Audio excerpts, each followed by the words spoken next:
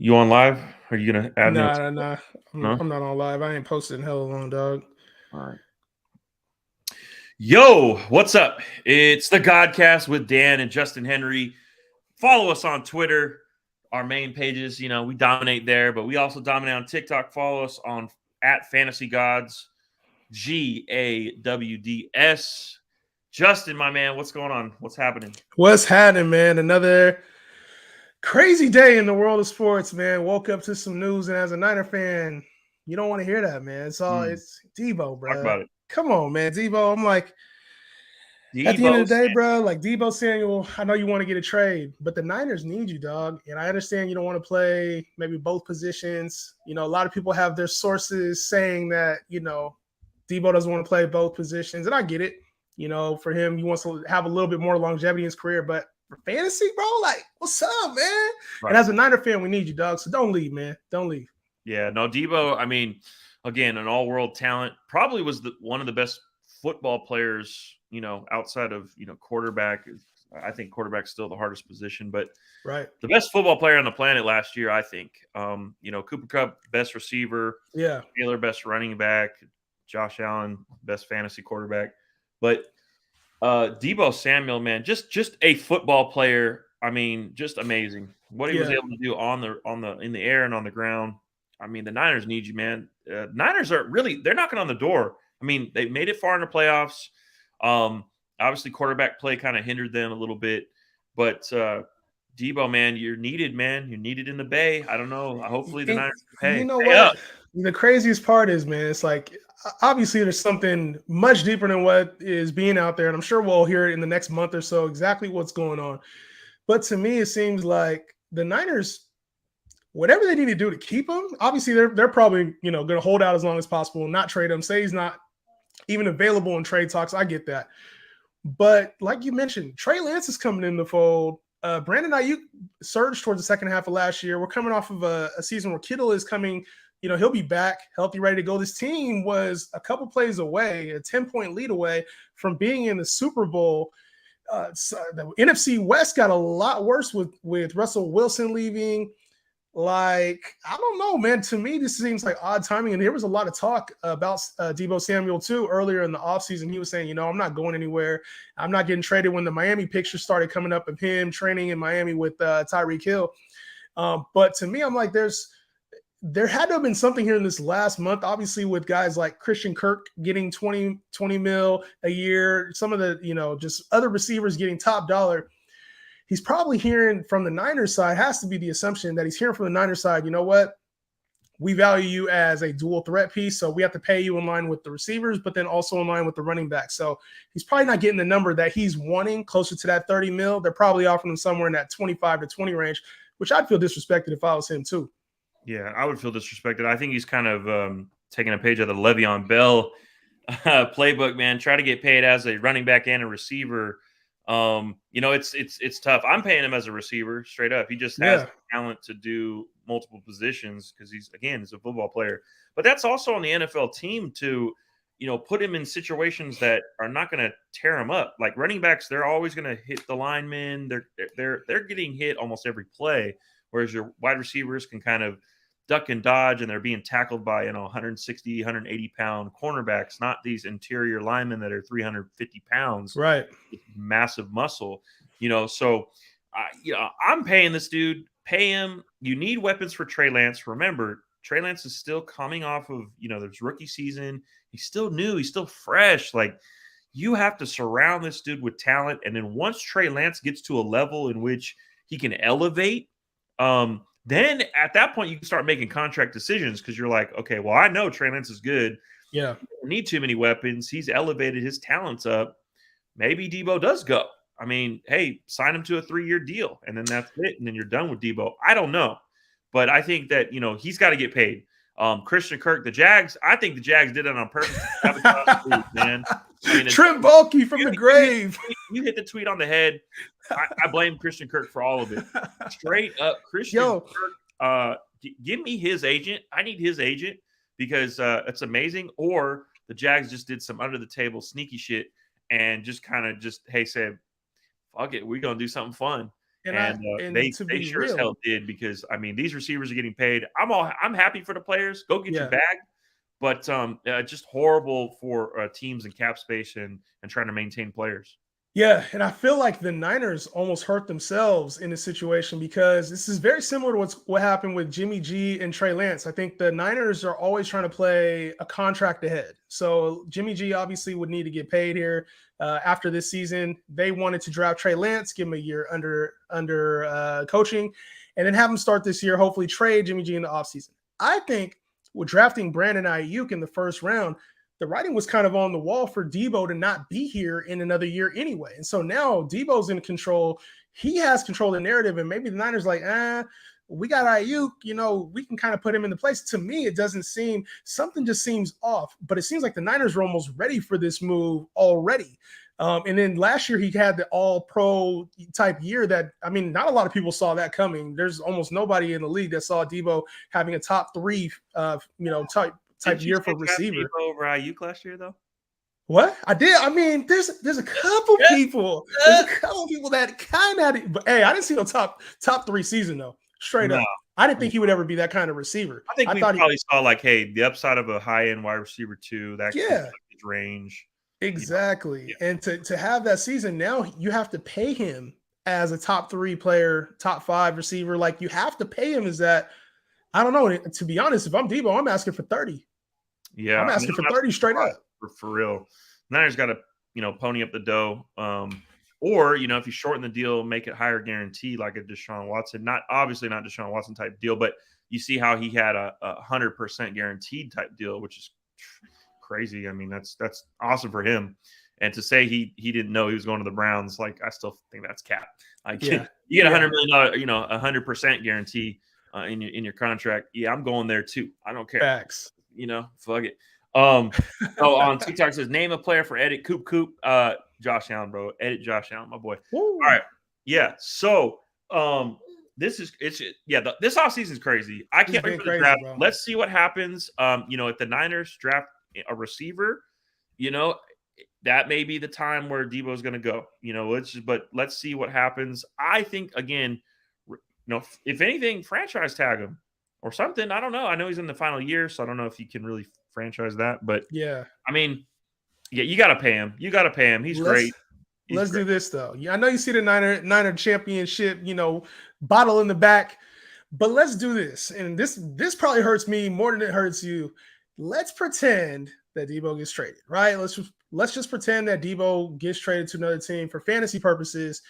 Where are you excited if he goes? I've heard the Jets thrown out there. We've heard the Texans is one of the favorites. Even seen like the Colts and the Chiefs. If you're looking Debo fantasy-wise, where, Dan, are you looking at? You're like, you know what? He can maximize his value, potentially not carry the ball as much, or maybe it's a situation where they trade for him so they can use him better.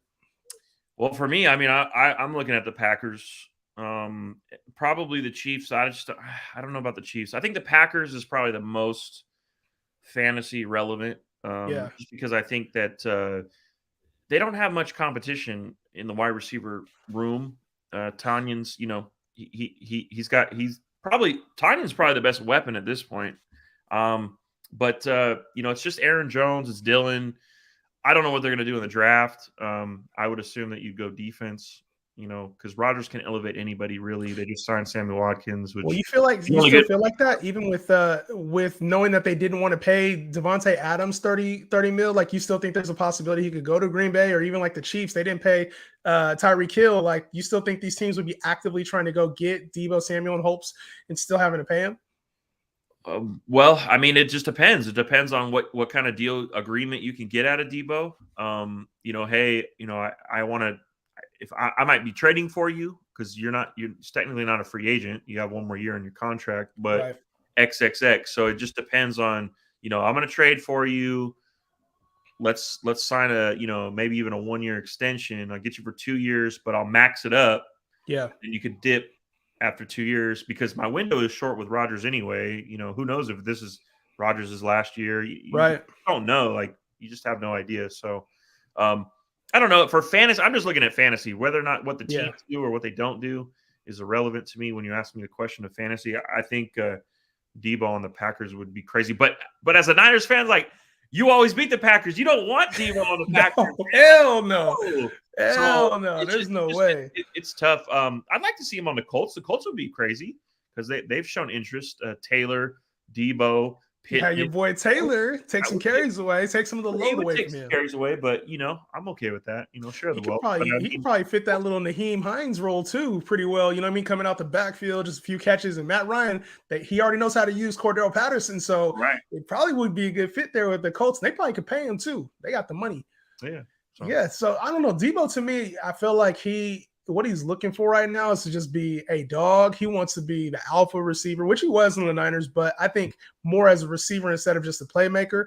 And so when you're looking at, different situations, I think he has to go to the Jets if you really want that, man. And there's not a lot of room. There's not a lot of competition there. Coaching staff's familiar with him already, has a young quarterback he can build with. So, and there's other receiving threats to take pressure off him too. So you got Corey Davis, Elijah Moore out there. I still think, and Braxton Berrios, who wanted a $10 million deal. But, there's other weapons out there for them to utilize, young running backs. So to me, he'd be joining a young team to get the check as opposed to, and he'd be leaving an organization that maybe he'd have to do some things differently, but he would get a championship, has a chance at a championship. So I think the Jets would be the right move. If Debo's looking out for Debo, which is what it sounds like right now, he wants to get paid. He wants to play for a long time. He wants to be in a space where he can do what he wants to do. I think going to the Jets might be a good fit. Other than that, man, I like the Colts too. I just feel like there might be too many mouths to feed if he were to get traded there. Yeah, I don't mind the Jets. I think the Jets are a good spot. He definitely ascends to the alpha role. Obviously, is a big negative for those Elijah Moore fans, right? But I don't hate it. It's New York City. We got a young quarterback in Wilson. You got to give him some weapons. If I'm the Jets, obviously we try to get Tyreek there. Tyreek, hell nah. But, I mean, why not? Why not try? You got to try. And like you said, they have the old Niners coaching staff was there, so they know how to use Debo. And why not? So that's pretty. And what about Ayuk, man? So obviously Debo goes. Let's pretend obviously the trade happens, and Ayuk is there. And today I posted about Brandon Ayuk. Obviously, there's a lot to love about his situation if Debo leaves. Where do you feel like he would spike up to? Because obviously his stock would be raised the minute Debo gets traded. He's wide receiver number 35 right now if you're looking at Fantasy Pros website for fantasy rankings. So he's wide receiver number 35, 78, 79th overall, something like that. Where do you think he spikes up to? Because to me, that's a massive opportunity for them to utilize Brandon Ayuk in a very similar role that we just saw Debo Samuel have a top 3 fantasy season in. Yeah, I think Ayuk, instantly goes into that wide receiver 1 role in the Niners. But I think it kind of helps Kittle more than Ayuk. Kittle is your main weapon at that point. Debo leaves, it's going to be Kittle. Yeah. And you have to feature him now. At this point, he can't be a blocker anymore. If Debo goes, Kittle is your main weapon. You got to get him involved. Although I do like Ayuk. I think in spot starts or in a situation where he's gotten targeted, he's produced. So, I expect Ayuk for fantasy. He's got to be a wide receiver 3, high end in that range, like that wide receiver 3. You're comfortable with him. He's kind of your safe floor. So I think he's going to get about eight targets a game if Debo's gone. You have to. So Debo leaves, you keep him very similar place, like that wide receiver 3, because he's 35 right now. Wide receiver number 35. I do. I'm gonna have to keep him there because I just think that again, you're gonna have to target Kittle more. You're gonna have to get him involved. He's your best offensive weapon, period, right now at this point. If Debo leaves, so Ayuk's still trending in the right direction, and I liked him. Coming out, it was cool. He's a little bit older than I liked him to be, but I think you have to develop him, and if you're letting Debo go, then then to me it signals that you have faith in Ayuk. Then at that point, so it's really good. It's going to be crazy to see what happens in the draft in the next week. To be honest, man, I feel like Brandon Ayuk to me is a player that a lot of people were excited about last year. As we mentioned earlier, we kind of cautioned about taking Brandon Ayuk in the 5th round, which is where he was going last year. And to me, I think the regression in his ADP right now is just a reflection of people being upset that he didn't perform at that level last year, straight up. Yeah. I think people are just kind of salty, and kind of like how it is with Saquon and CMC and some of the other guys, but the guys that flopped. But But Ayuk to me is now a 4th round to 3rd round type player if Debo were to leave. So if Debo were to get traded, I would put Brandon Ayuk in that top 15 to 20 range at wide receiver. So in PPR leagues, you're probably taking him in the 3rd, 4th round, right up there with the back end wide receiver 1, high end wide receiver 2s. You're probably reaching on him to get the potential because in this offense, if he's their number 1 target, we know Trey Lance's arm is electric. I could see Trey Lance leaning on Brandon Ayuk for those longer throws, some of those ones he was getting to Debo, and them still using him in the running game as well. So to me, I would still put Brandon Ayuk as like a top 15, 20 player if Debo Samuel were to get traded. So that's why I posted that today. I love his situation if Debo were to leave, but we hoping that he doesn't. Yeah, we hoping that he's dead. We doesn't. You know, we like the Niners. We like the Niners to keep kicking the crap out of the Packers, man. But yeah, dude, absolutely. You know, you're bullish on Ayuk. I think he's going to be good. I temper expectations. You know, I don't. Is he that Juju guy where it's like, you know, can you survive without an Antonio Brown? Or can you not? Like, what's going on with him? So it's kind of, for me, like, I don't know if he's a superstar where he could be on his own, like a Debo or Cooper Kupp. So, right. Obviously, there's not a lot of people like that, but can he be a level where it's like I'm comfortable with him as my wide receiver 1? I don't know. It remains to be seen. We'll see what happens. I woke up sick this morning, man. Woke up sick, bro. It was like, read his Twitter. I was like, what is going on, dog? What's going on with the Niners, bro? That's your boy. Omar, man, my guy, shout out for y'all helping me with the first fantasy run. Let's go. We appreciate being there for you for the first one. That's great. Let's get the next one now. Now you're sucked in, and you're going to be doing fantasy for like 50 years. You're welcome. You know? I mean, that's what we do, bro. We're on like year 20. I mean, shit.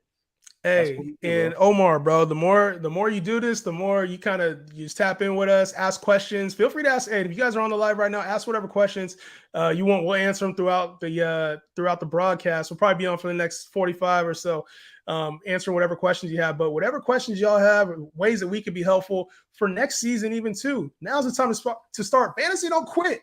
We got the draft coming up. Dan's been dialed in with the draft. We have obviously the crazy offseason. So I know there's a lot of questions out there, new faces and new places, new roles.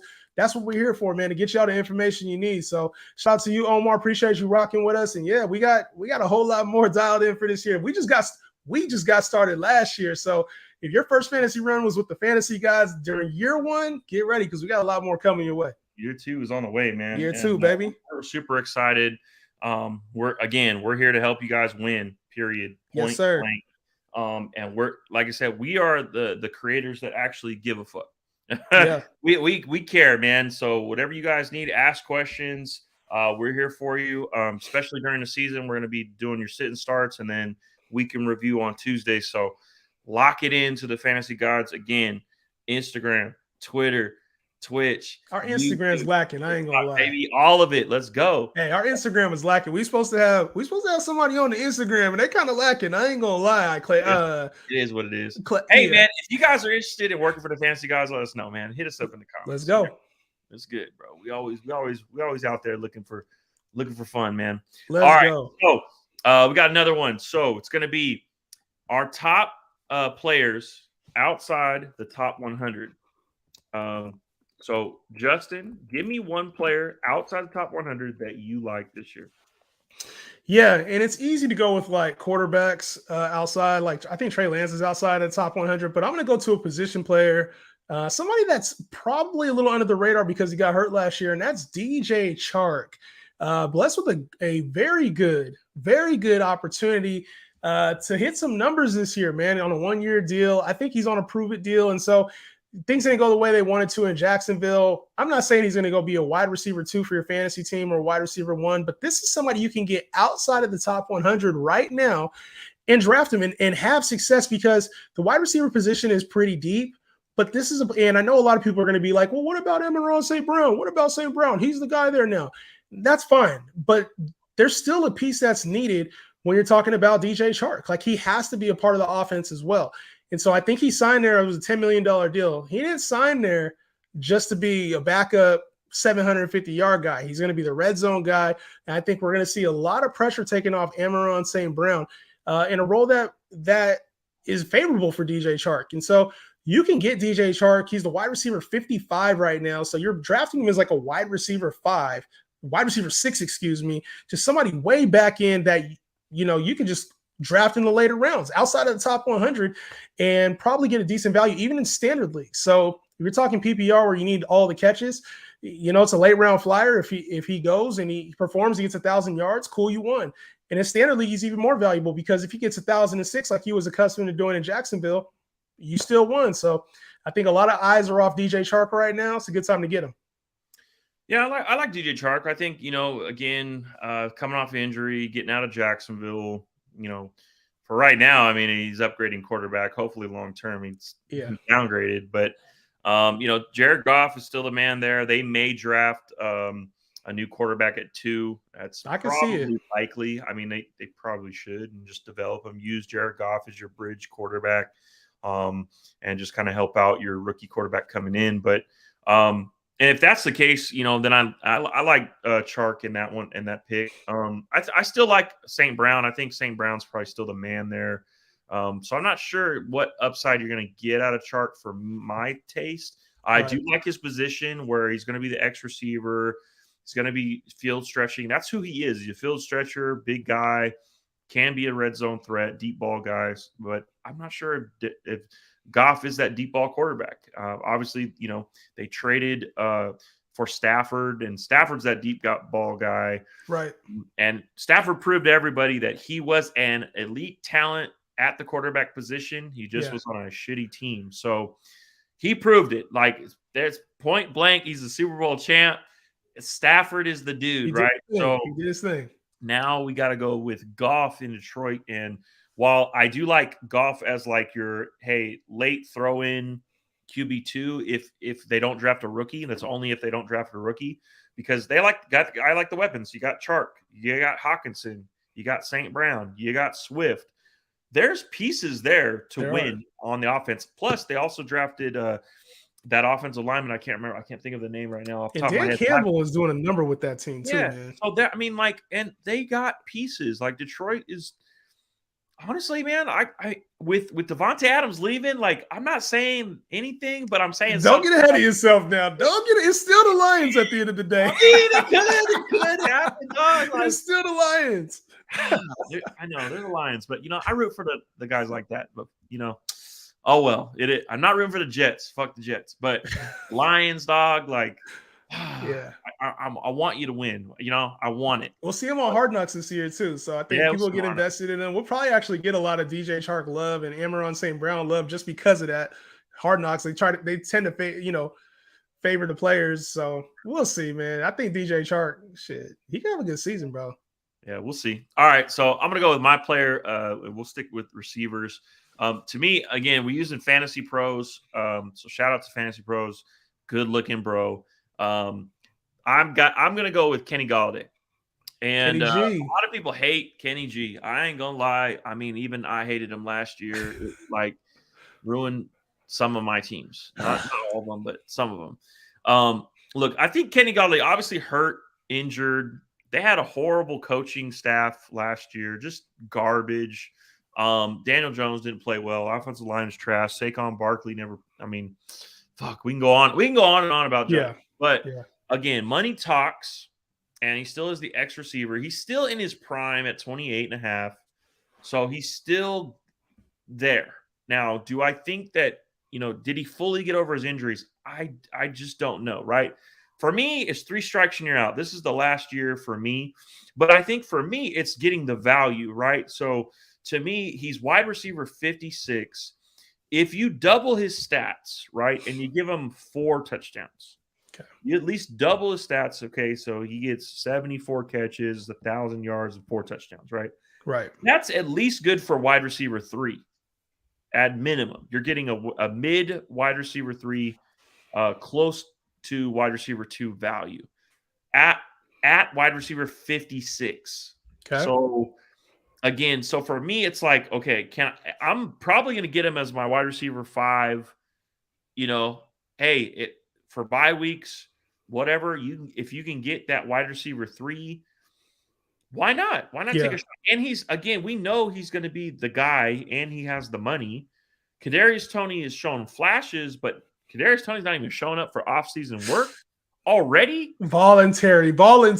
Oh, okay, but again, I know it's voluntary. I get that, but on some level, you got to question like, what are we doing? Like for me, if I'm a rookie, I'm immersed. I guess I don't know. I'm a guy that's like always something to prove. Like Yeah. I need to prove something. Like I didn't earn shit.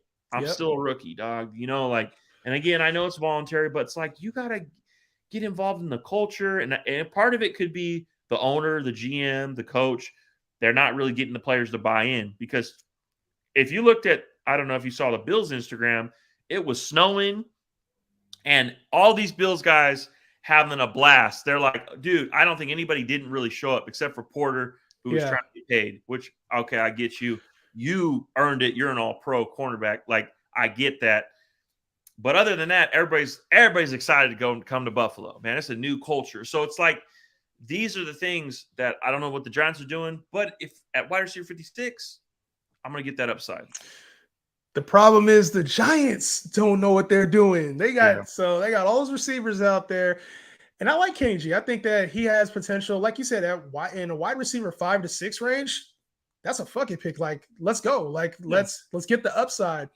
But to me, I'm also looking at Kadarius Toney as the more of an upside play than Kenny G at this point. And when I start to think about, Sterling Shepard over there, no, he's not that great. Saquon having more of a role next year, even though he's come, like who knows when it comes to Saquon, and Daniel Jones is still the quarterback. Like, so to me, I'm looking at that holistically and thinking, if I take Kenny G, there's a high probability I'm going to drop him in 2 weeks. And I try not to draft players that I will drop in 2 weeks, but he fits that category because he has the upside that you want. If Kenny Golladay is on and performing, you have yourself a wide receiver 3, which is where he was getting drafted last year. But this season, obviously, there's a lot more going on with the Giants, with their receiving core, with the coaching, with the running back situation. Like, I don't know. It's not a stay away, but for me, I like the upside. It just, there's a lot more risk to me with Kenny G because you'll have to just drop him if he doesn't perform in the first 2 weeks. Yeah, no, I mean that's fair. I totally get that. Yeah, I just see, look, he could be the alpha wide receiver, and when you're drafting late, you just want guys that are going to one start and look for targets. Yeah, I think I follow the money, I follow the position and the startability, and I go from there. We've seen it before where he is a 1,000-yard receiver, where he does have the ability to get 6 to 8 touchdowns in that range. Like, he has that ability, and the Giants are going to be down. They're not going to dominate that division. It's still kind of run through the Cowboys. Washington's kind of getting better. Eagles are mid. But I think that's just, to me, for fantasy, I think that, again, if you get him wide receiver 5, the upside of a Kenny Golladay is probably worth it to me. But, okay, cool. Moving on. What's another player for you, Justin, outside the top 100 that you like? Another player that I like outside the top 100, and this is going to throw a lot of people off, right? And as a Niner fan, I'm kind of invested. I'm not really invested in this guy, but I'm invested in I think the Niners are invested in this guy as a 3rd-round pick from last season, and that's Trey Sermon. A lot of people were fading Trey Sermon because of his season last year. And to me, I think there's more upside than people want to give credit for it. I don't think it's an assumption that Eli Mitchell is just the guy there. Mm-hmm. Like, I think he's going to have to split carries at some point. And it's also a change in the system, too. There's going to be a lot more zone read, which Trey Sermon is a little bit better with the zone read, and that's why they drafted him, because he could complement with Trey Lance. And we know Kyle Shanahan does not care about who is running the football as long as it's being run effectively. And so he got taken out early in the season because he was making rookie mistakes. But there was a game with Trey Lance where he had 20 carries, almost 100 yards, I want to say, and a touchdown. So I think there's potential there with Trey Sermon. And as long as Trey Lance is a starter, like, even if Eli Mitchell gets in there, he got banged up towards the end of the year last year. In being a 6th-round pick, there's not the same investment that there is in Trey Sermon. They have to see. The Niners have to see what they have in Trey Sermon. And if you can get him, I think he's in the back, like, top. He is right now. Trey Sermon is number 52, running back number 52 right now.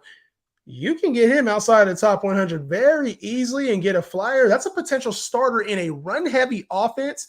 That's the upside that you're looking for. We were looking for that last year with Trey Sermon, and it didn't come up. But Eli Mitchell happened to be the guy you could probably get the same thing with Trey Sermon this year.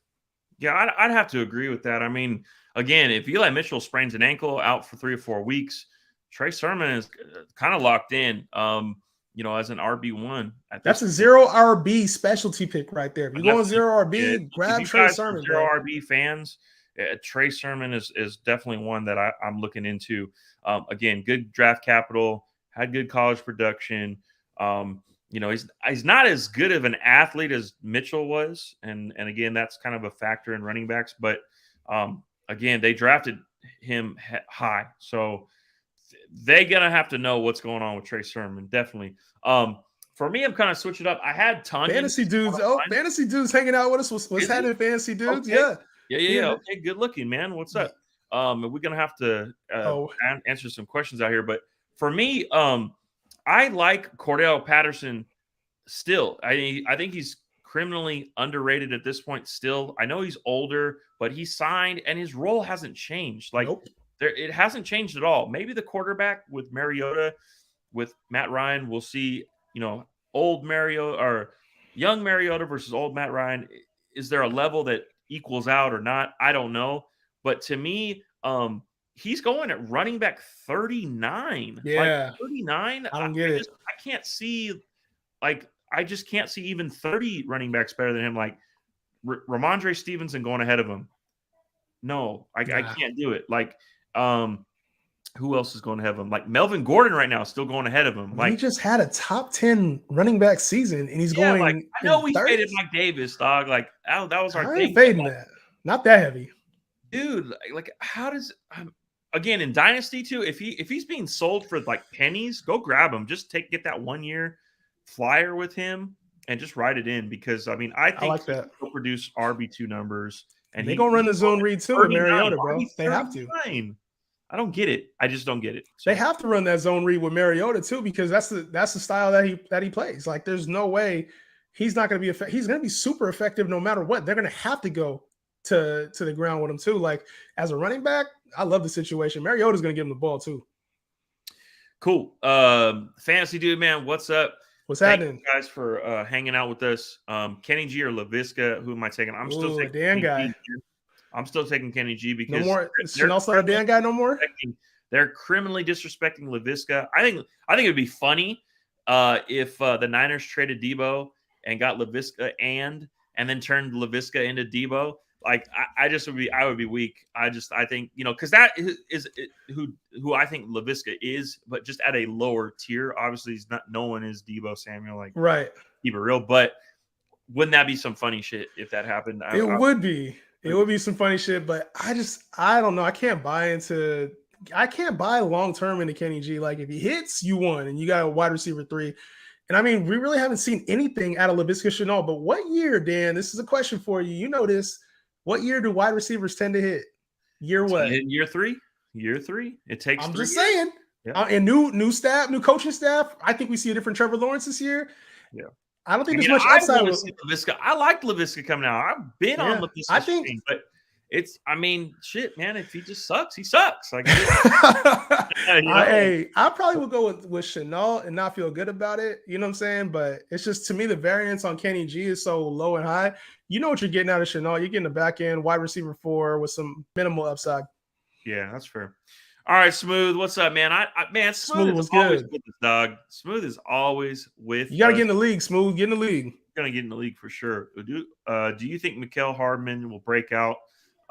No, I don't. I'm not a big fan of him. I think he's just. They signed 2 receivers to go over him. Yeah, again, exactly. I'm not with that one.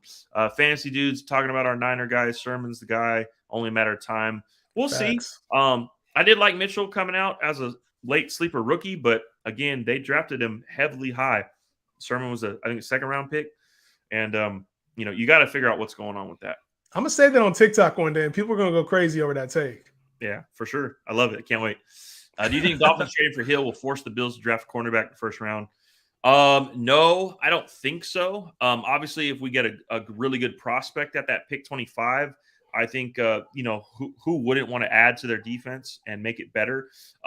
But no, remember, Tre'Davious White is still coming off an injury. He's an all-pro. He's probably one of the best in the league when fully healthy. So no, I'm not scared of Tyreek Hill. Again, it's the Dolphins. Like, I'm not tripping about the Dolphins, Smooth. I don't know. The Dolphins Trying to gonna get be started locked in in. Dynasty. What do you think is a good price on him? Well, to be honest, I mean, again, where he was going in our Fantasy Pros ADP, I think if you throw a second rounder, even a third rounder, you may scoop him. You know, it just for example, I sold Ramondre Stevenson for a second round pick. So Trey Sermon is going later than Ramondre. You may be able to pick him up for a third. And honestly, any picks past the third round or greater, so third, fourth, fifth, sixth, seven, I don't know what dynasty league you're in or how the rookie picks go. But in my league, we have 7 rounds, and anything past the third round is honestly, it's to me, it's worthless. Yeah. You're really just asking for a lottery pick at that point.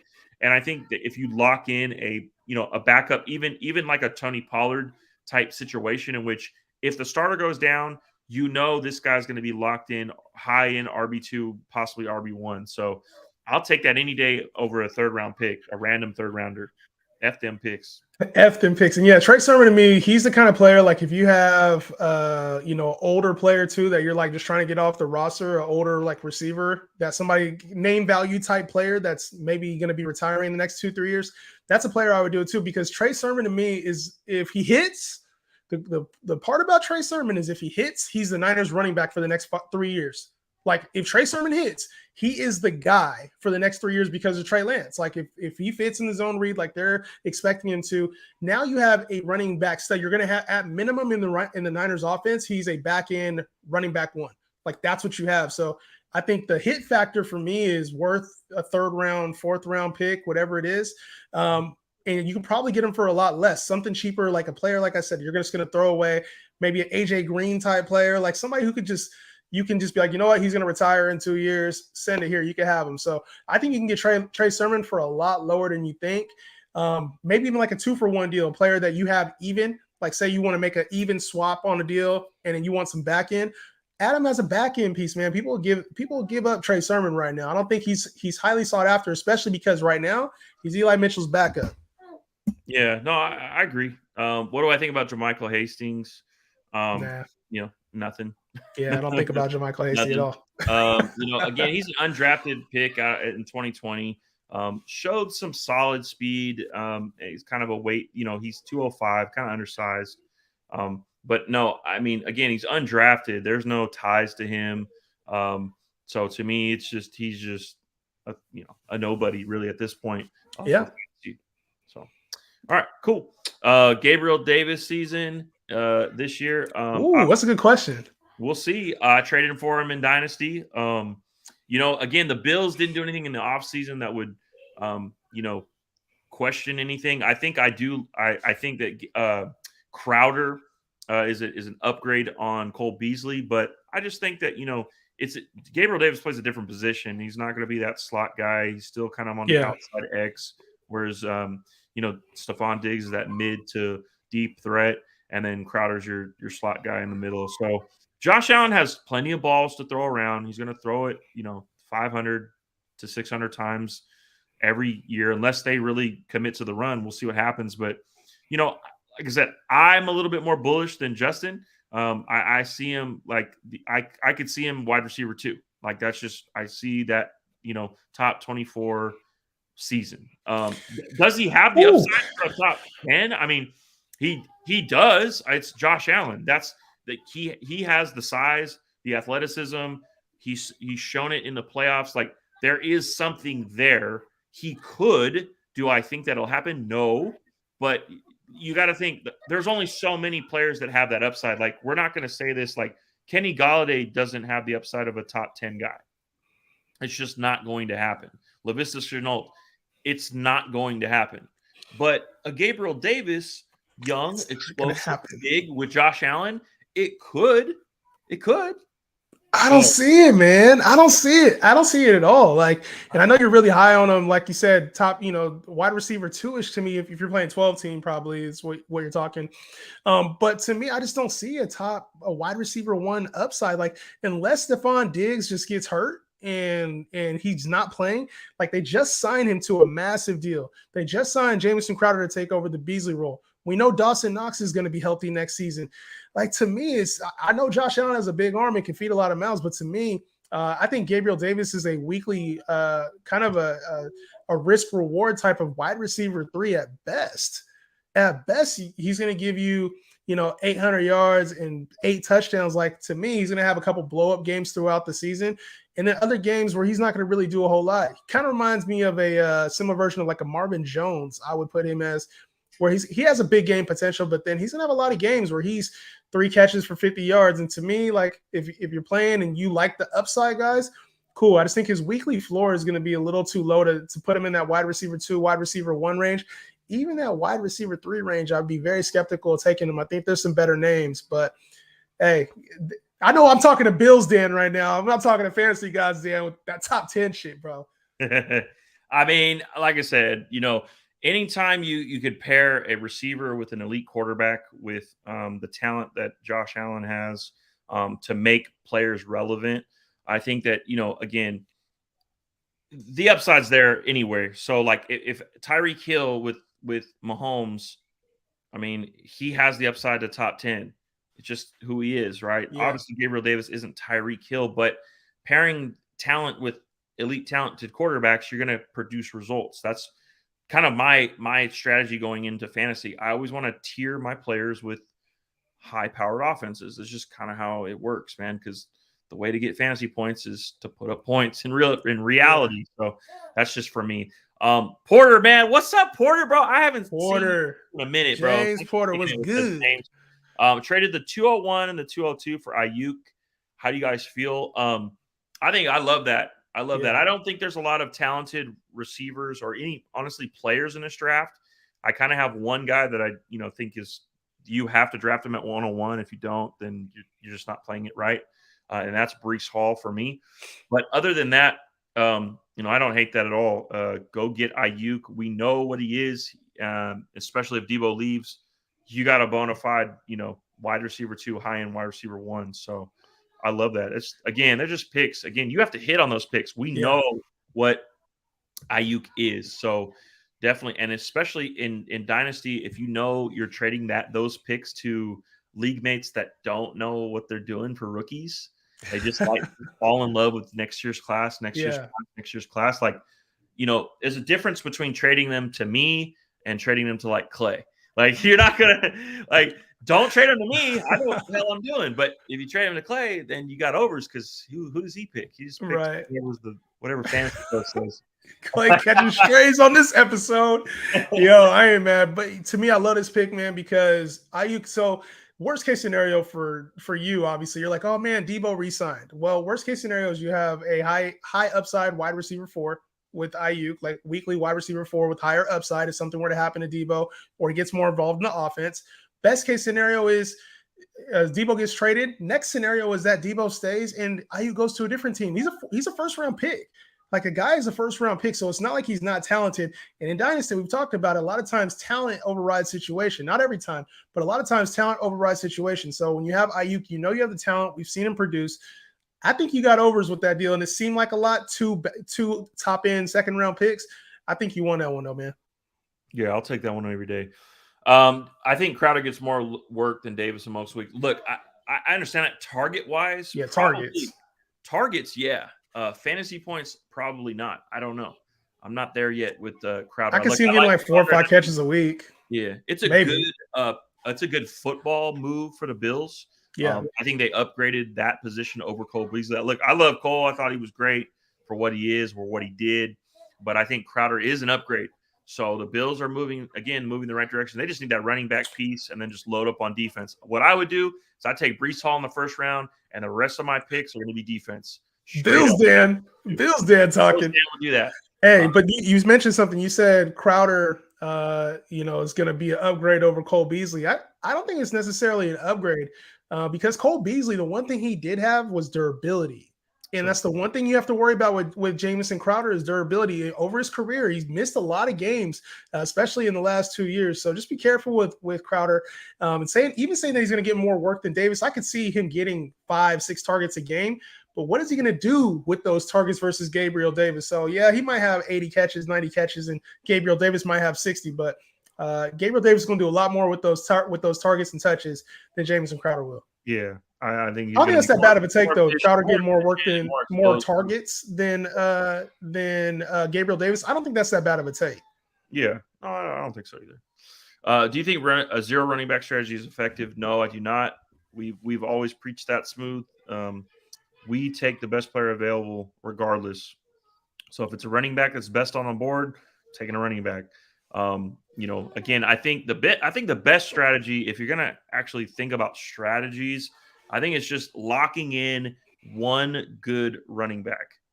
Overall, I think for my most of my teams have always had at least one guy that was top probably 8 at the position. And then the rest of my team was, obviously studs, but it's just, I think that's probably the only strategy that I can say this is absolute strategy that may work if we're talking about just strategies. Yeah. But again, it's best player available. If I'm drafting 3 running backs in a row, then it's 3 running backs. If I'm drafting 3 wide receivers in a row, then it's 3 wide receivers. It just depends on the player itself and what I think is going to be winning me the championship straight up.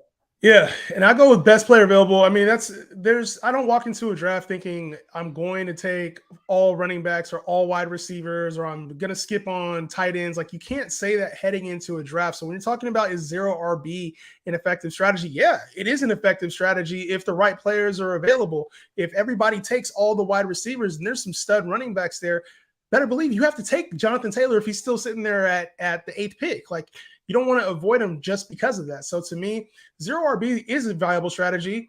2 RBs back-to-back is a viable strategy. It all depends on what's going on during your draft. So, and the value, get value out of every pick, man. Absolutely.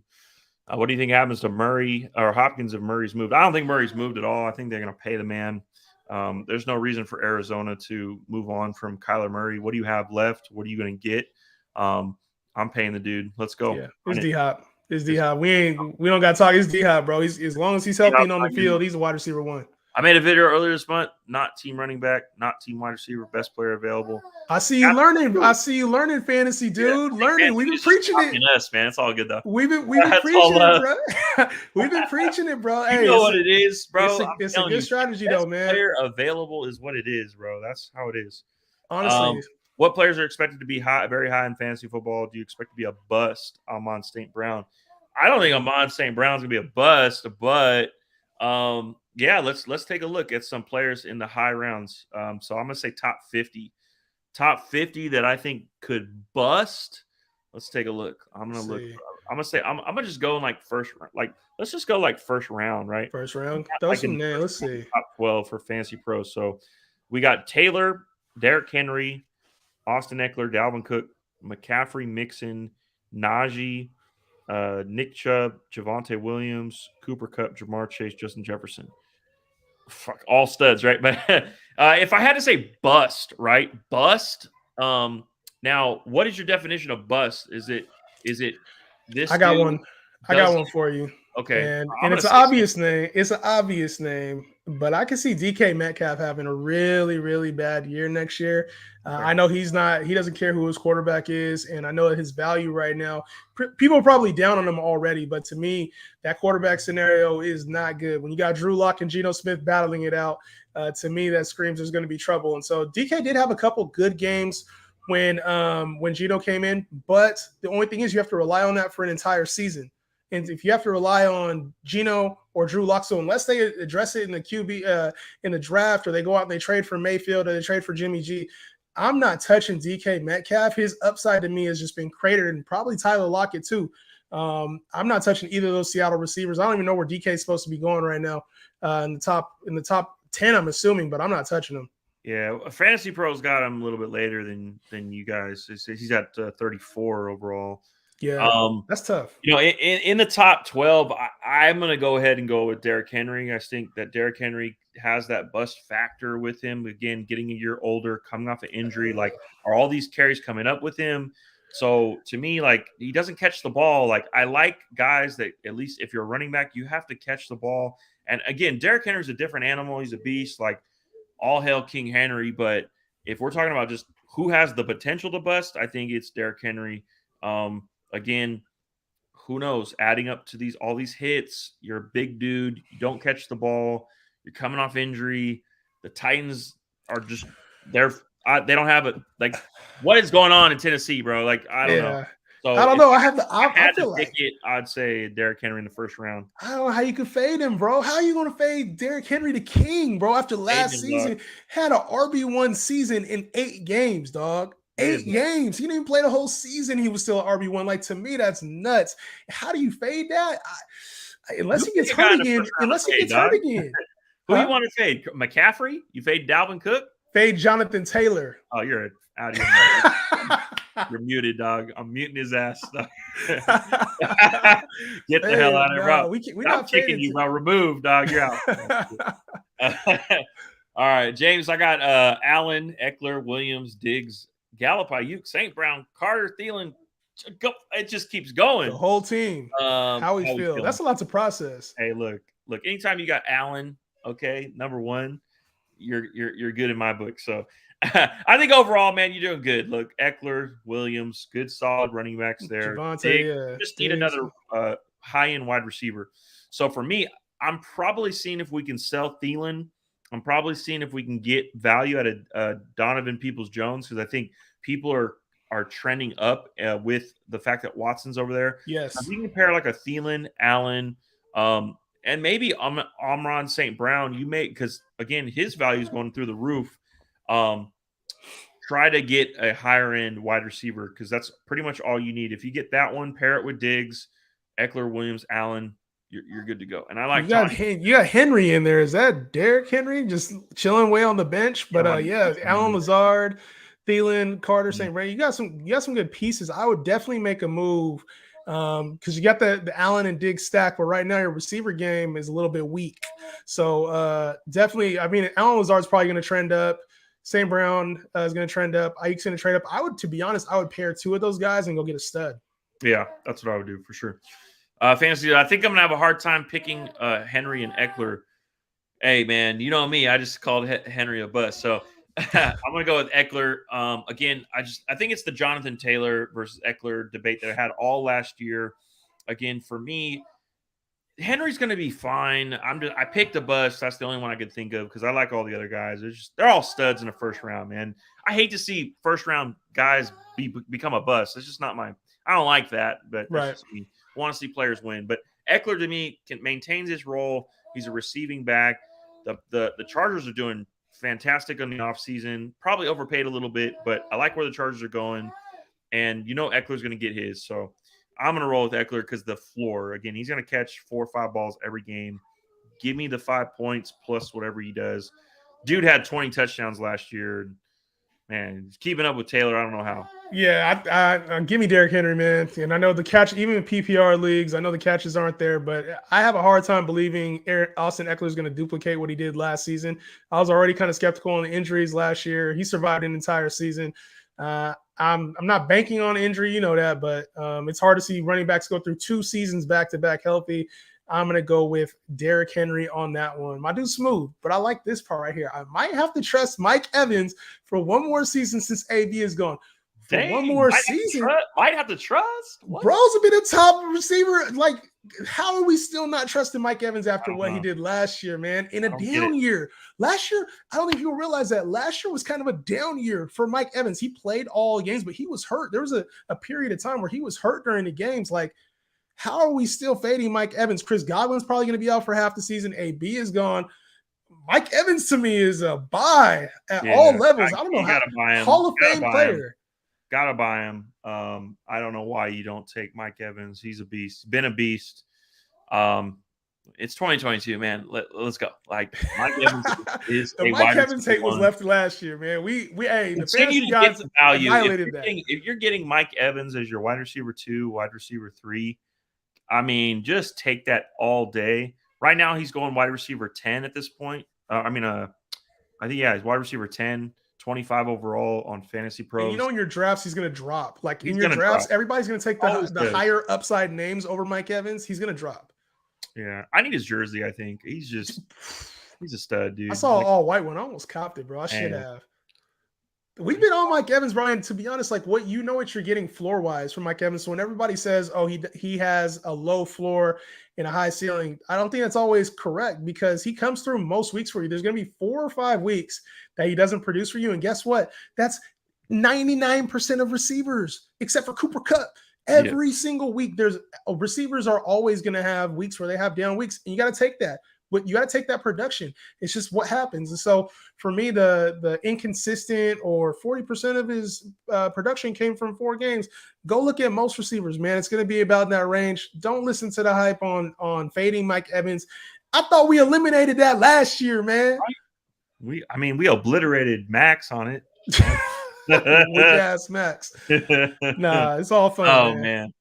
All right, Justin, I think we're going to wrap this up, man. It was a great time. Catch us next time. Keep us posted. Follow us on Twitter, YouTube, Twitch, all of that, especially on TikTok at Fantasy Gods. Justin, Dan, we out. Peace. We out.